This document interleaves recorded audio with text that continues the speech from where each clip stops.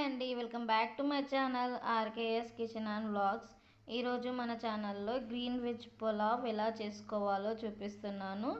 ఈ పులావ్ చాలా టేస్టీగా ఉంటుందండి. నార్మల్గా చేసే పులావ్ కంటే యమ్మీగా అండ్ బిర్యానీ కంటే కూడా చాలా సూపర్గా ఉంటుంది. తక్కువ స్పైసెస్తో ఎలా చేసుకోవాలో వీడియోలో చూద్దాం. ముందుగా 5-6 పచ్చిమిర్చి ఒక మిక్సీ జార్లో వేసుకోండి.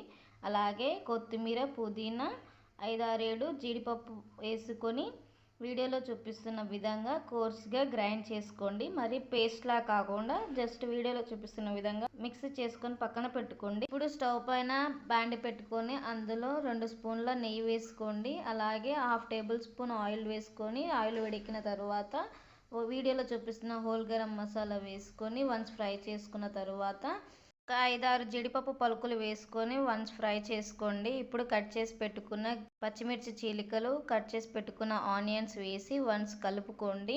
ఇప్పుడు కట్ చేసి పెట్టుకున్న క్యారెట్, బీన్స్, అలాగే కట్ చేసి పెట్టుకున్న ఆలు వేసి 10 సెకండ్స్ ఫ్రై చేసుకున్న తర్వాత 2 రెమ్మల కరివేపాకు వేసుకోండి. ఇలా వేసుకొని వన్స్ ఫ్రై చేసుకోండి వీడియోలో చూపిస్తున్న విధంగా. ఇప్పుడు 1 స్పూన్ సాల్ట్ వేసిన సాల్ట్ ముక్కలకు పట్టేటట్లుగా కలుపుకొని మూత పెట్టి ఒక 1 మినిట్ ఉడకనివ్వండి.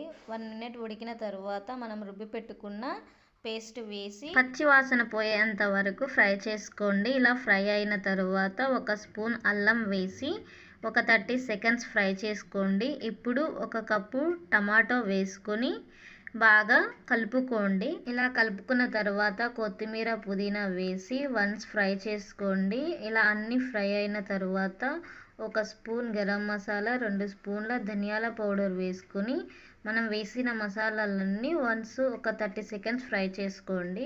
ఇలా అన్నీ ఫ్రై అయిన తర్వాత రైస్కి వాటర్ పోసుకుందాం. అయితే నేను 1.5 గ్లాస్ బాస్మతి రైస్కి 3 గ్లాసుల వాటర్ పోసుకున్నాను. ఇప్పుడు రుచికి సరిపడ సాల్ట్ వేసి వన్స్ కలిపి మూత పెట్టి వాటర్ బాయిల్ అవ్వనివ్వాలి. ఇలా వాటర్ బాయిల్ అయిన తర్వాత ముందుగానే కడిగి పెట్టుకున్న బాస్మతి రైస్ వేసి మూత పెట్టి ఒక 15 మినిట్స్ హై ఫ్లేమ్లో, అలాగే మూత తీసి చూస్తే ఈ స్టేజ్లో ఉన్నప్పుడు పెట్టి సిమ్లో ఉడికించుకోండి. అప్పుడు పర్ఫెక్ట్గా ఉడికిపోతుంది రైస్. అండ్ ఈ రైస్ వండేటప్పుడు మనకి ఇల్లంతా ఘుమఘుమలాడుతుందండి.